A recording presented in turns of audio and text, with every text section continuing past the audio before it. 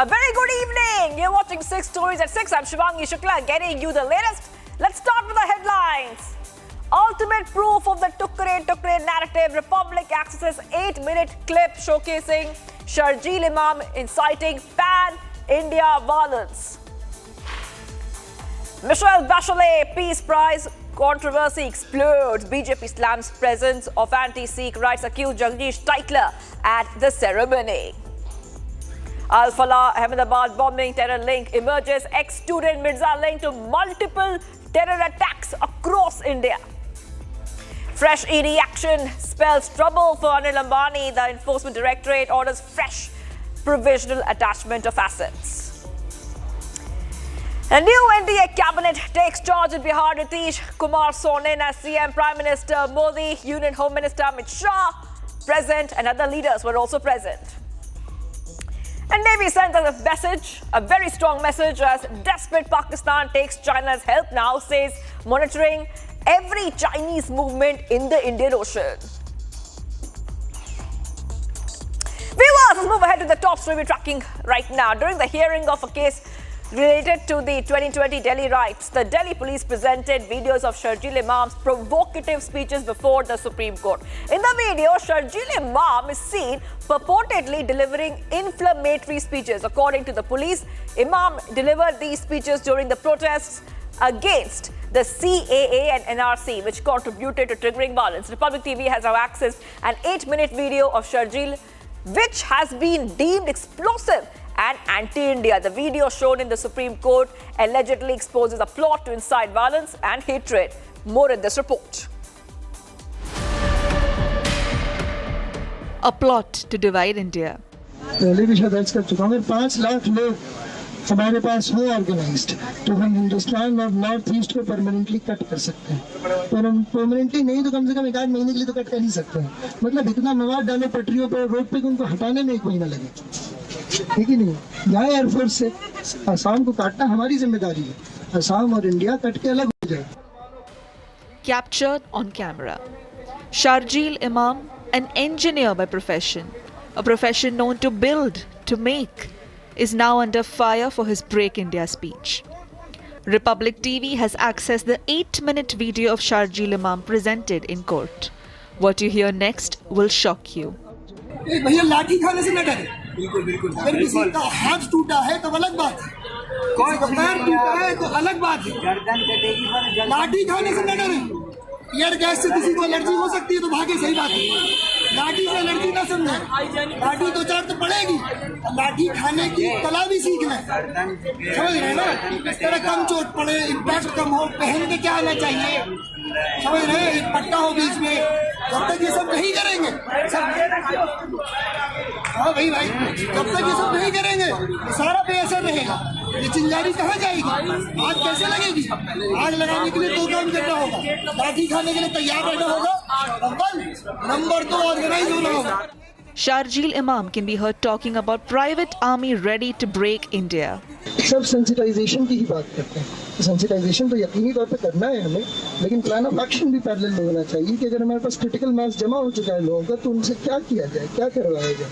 क्या कुछ कर सकते हैं। अगर हमारे पास जामिया में 10,000 जवान लड़के हैं तो वो क्या कर सकते हैं। This major development in court on the 2020 Delhi riot hearing exposed Sharjeel Imam, who can be heard attacking the Supreme Court in an 8-minute video.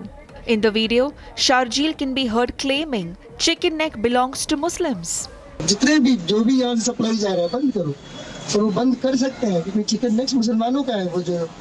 He attacks the court for their landmark decisions on Babri Ayodhya controversy and triple talaq. Court किसी का नहीं है। आपको लगता है court आपका हमदर्द है? आपको ऐसा लगता है? बताइए, ट्रिपल तलाक में क्या किया इन लोगों ने?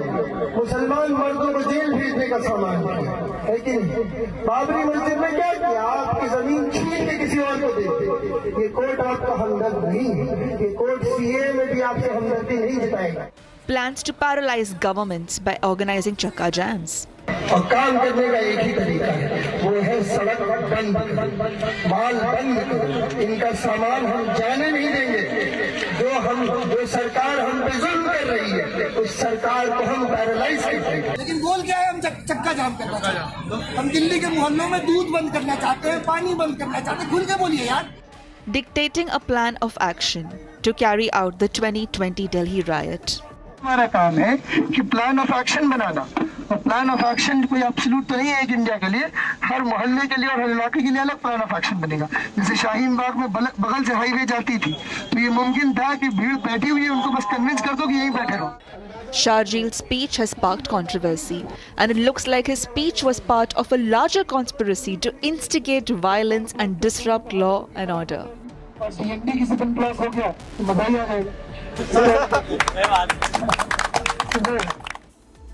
And viewers, Sonia Gandhi hosted an event in the national capital awarding Michelle Bachelet the Indira Gandhi Memorial Peace Prize. However, the controversy exploded when objections were raised by Michelle Bachelet, the same person who had said that Muslims and Dalits were being targeted under the Narendra Modi regime is getting a peace prize. The BJP also slammed the Congress for extending a special first row invitation to 1984 anti-Sikh rights accused Jagdish Titler at the Indira Gandhi Memorial Prize ceremony. Here is a full report and the controversy which followed.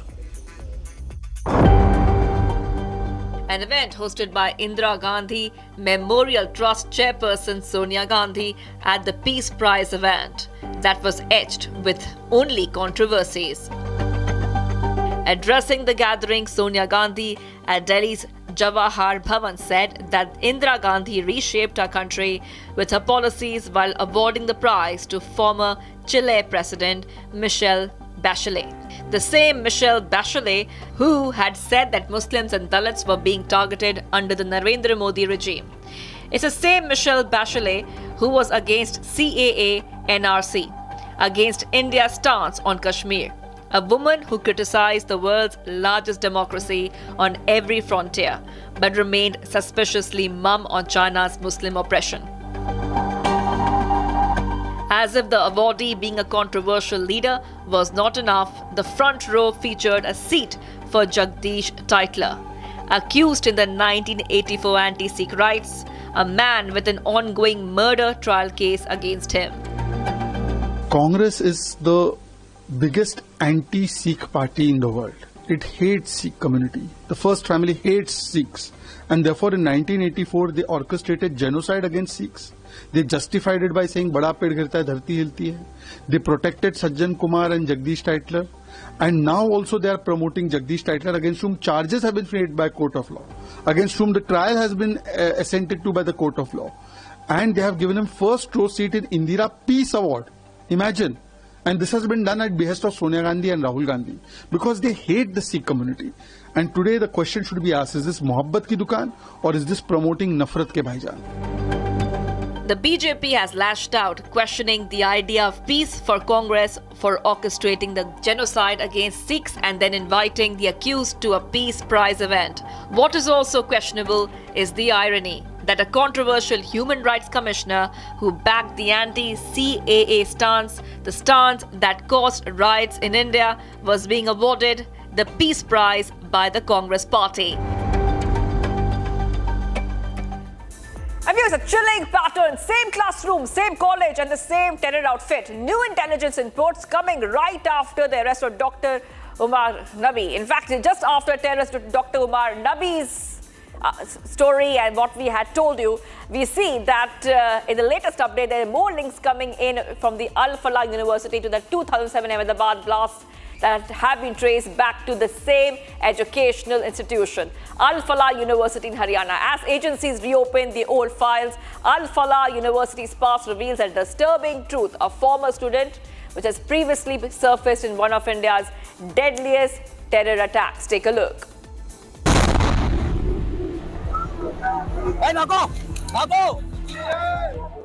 One university, several students. And a terror footprint stretching across India. The spotlight is now burning down on Al-Falah Engineering College in Haryana.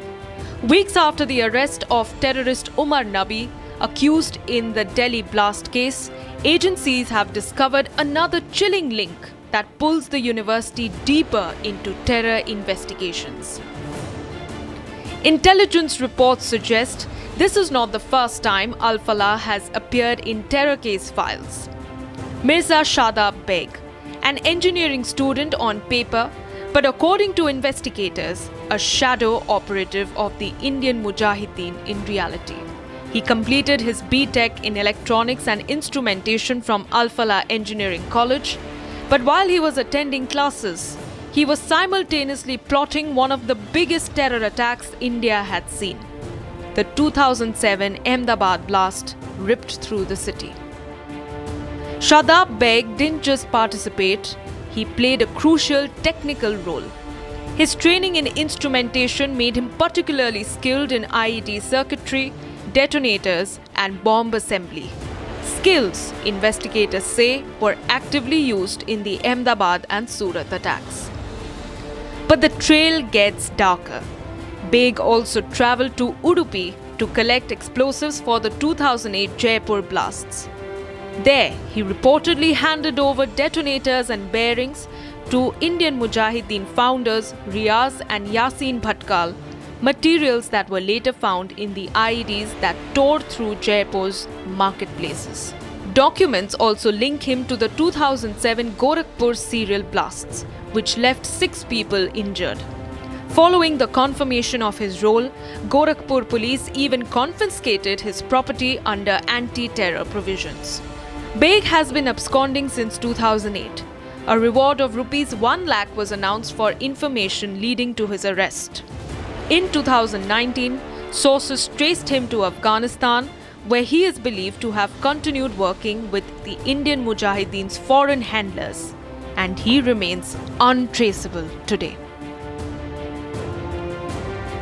Mirza Beg, he was the one who was involved in not just Ahmedabad blast, but also he was linked with Gorakhpur blast. He had completed his B.Tech, especially in instrumentation engineering from Al-Falah University back in 2007, and he was involved in the Ahmedabad blast while studying there. So his background in the engineering made him specially skilled in bomb making. So he also went to Jaipur. He conducted recce, handled the logistics of the place, and in relation to some other bombings as well, he helped his associates and other terrorists in planning the Gorakhpur blast. He went to Udupi, he collected detonators, he collected other material that they would normally need for making of the IEDs. So this another phase, and he's been absconding since then.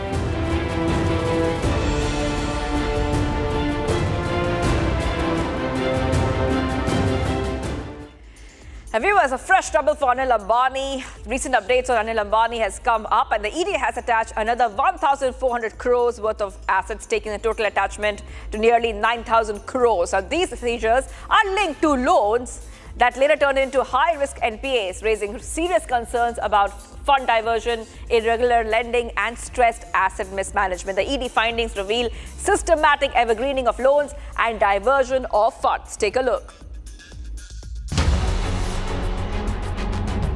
The ED's fresh attachment order targets immovable properties tied to Reliance Home Finance and Reliance Commercial Finance, 2 companies at the center of massive bad loan. Investigators say multiple loans sanctioned to these entities eventually slipped into NPA non-performing assets, triggering a deeper probe into alleged diversion of funds. The case stems from Yes Bank's high-value lending to the Anil Ambani Reliance Group that later became part of its stressed asset book, pushing the bank into crisis and prompting regulatory intervention. With this latest action, the ED's total attachment now stands at 9,000 crore rupees as agencies attempt to recover value from what they describe as one of the largest corporate loan irregularity cases linked to the Anil Ambani companies. And viewers, the historic day for Bihar as JDU Supremo Nitish Kumar took oath as the Chief Minister of Bihar for a record 10th time at the Gandhi Maidan in Patna. The ceremony was attended by PM Modi, Amit Shah, JP Nadda, Yogi Adityanath and other top leaders. Alongside Nitish, 27 ministers took oath, including Samrat Chaudhary, Vijay Kumar Sinha, Vijay Kumar Chaudhary, Vijendra Prasad Yadav, Shravan Kumar and Mangal Pandey, and many, many more. Both the BJP and JDU have engaged in detailed discussions over the past few days to shape the new government, balancing the internal demands and the coalition considerations. Take a look. मैं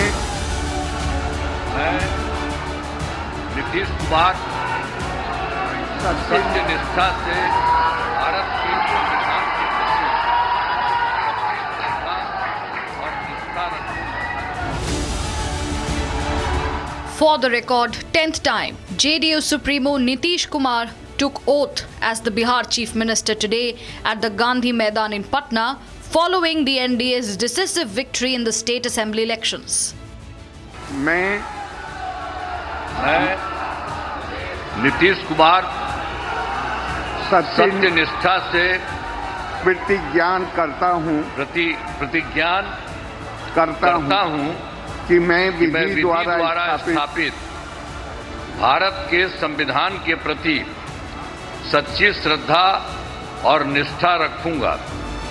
Alongside Nitish Kumar, BJP leaders Samrat Chaudhary and Vijay Sinha took oath as Bihar's deputy chief ministers, marking a significant moment in the new state government formation. मैं सम्राट चौधरी ईश्वर की शपथ लेता हूं कि मैं विधि द्वारा स्थापित भारत के संविधान के प्रति सच्ची श्रद्धा और निष्ठा रखूंगा. मैं विजय कुमार सिन्हा ईश्वर की शपथ लेता हूं कि मैं विधि द्वारा स्थापित भारत के संविधान के प्रति सच्ची श्रद्धा और निष्ठा रखूंगा. Meanwhile, altogether 26 cabinet ministers took oath today, out of which 14 are from the BJP, 8 from the JDU, 2 from LJP Ramvilas and 1 each from Hindustani Awam Morcha Secular and Rashtriya Lok Morcha. इसके लिए अपने नेता को धन्यवाद देना चाहता हूं जिस नेता ने हमें हमारे ऊपर विश्वास करके फिर जिम्मेवारी दी है. बिहार के अंदर भी ईमानदारी से बखूबी निभाऊंगा. अब तो नेता निर्णय करेंगे, जो भी जिम्मेवारी होगी उसका निष्ठापूर्वक निर्वहन करेंगे.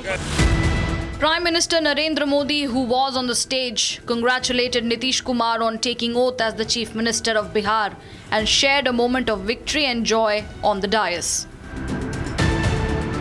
In a release, Prime Minister Modi said that Nitish Kumar is an experienced administrator with a proven track record of good governance for many years and also extended his best wishes for the tenure ahead. Prime Minister Narendra Modi further extended his best wishes to all those who have taken oath as ministers in the Bihar government. The swearing-in ceremony was also attended by other bigwigs such as Amit Shah, JP Nadda, Union Ministers Rajnath Singh and Dharmendra Pradhan and Chief Ministers of all the NDA-ruled states. Several ministers of the centre who attended the grand swearing-in ceremony spoke exclusively to the public as they expressed joy over the historic oath-taking ceremony. मुझे सौभाग्य प्राप्त हुआ कि party ने और हमारी महान जनता ने ये सौभाग्य दिया कि मैं चारों सदन का सदस्य हूँ. आप तो एक दुर्दांत अपराधी से लड़ रहे थे वहां पर और पार्लियामेंट के चुनाव में आप हमेशा लीड करते रहे दानापुर. निश्चित तौर पर दानापुर की महान जनता हमेशा अपना आशीर्वाद किसी भी परिस्थिति में दी है और इस बार भी देने का काम किया है. कोई दुर्दांत अपराधी सर नहीं उठाएगा. उसके ढाल में, उसकी सुरक्षा में राम कृपाल यादव, उसका जो बेटा और भाई सेवक है, पूरे खड़ा होकर के उसको सुरक्षा प्रदान करेगा. On Wednesday, Nitish Kumar was first elected as the leader of the JDU legislature party during the meeting with the new MLAs. He was later unanimously elected as leader of the NDA legislature party ahead of the formation of a new government under his leadership. With this, Nitish Kumar now joins the ranks of the nation's 10 longest-serving chief ministers, a list dominated for decades by the stalwarts. And viewers, Operation Sindoor, India's decisive counter-terror maneuver, has now exposed a much deeper geopolitical layer. As China provides more military help to desperate Pakistan, India stands to face two of its major threats. We see the Indian Navy has said that they're monitoring every Chinese movement in the Indian Ocean. Take a look. As Indian armed forces launched Operation Sindoor, dismantling terror dens across the border, Pakistan activated its external backers and Beijing stepped in. China's missiles were used in the operations, including PL-15E that landed in a village in Hoshiarpur without hitting its target, reflecting that they did not perform well, reflecting the reality of Chinese missiles missing the targets. Chinese CM-401 hypersonic missiles, Chinese-made CH-4 drones, all were neutralized by Indian air defense system. A reasonable assumption would be that Chinese as OEMs will have commercial liabilities which they have to fulfill and will have people in Pakistan. Turkey's strategic defense ties with Pakistan have also grown at an alarming rate in the last few years. Turkey has provided Pakistan with defense hardware, including drones, that were used in Operation Sindoor. One border, two adversaries. So we saw Pakistan one side, but adversaries were two, and if I would say actually four, or three actually. So Pakistan was the front face. We had China providing all possible support. And it's no surprise, because if you were to look at statistics, in the last 5 years, 81% of the military hardware that Pakistan is getting is all Chinese, 81% of that. China perhaps has seen is that he is able to test his weapons against, say, various other weapon systems that are there. It's like a live lab which is available to. So it's a good. That is what is something we have to be very, very cognizant about. Again, Turkey also played a very important role in providing the type of support that was there. The US annual report released by the US-China Economic and Security Review Commission revealed that China had initiated a disinformation campaign to manipulate global perception. Morphed pictures, among other tactics, against the Rafale aircraft post-Operation Sindoor to hinder the sales of French fighter jet were also used. The report reads that China sought to undermine confidence in the French-made Rafale used by India during the conflict and promote its own J-35 fifth-generation fighter as the superior alternative. India, meanwhile, remains unfazed with an eye on emerging threats. With enhanced missile defense systems, real-time threat tracking, and a decisive ground posture, New Delhi has sent a clear message. Operation Sindoor draws global attention. China's covert missile support to Pakistan raises urgent questions. But India stands ready. China's involvement adds a critical geopolitical dimension to Operation Sindoor, one India is watching closely.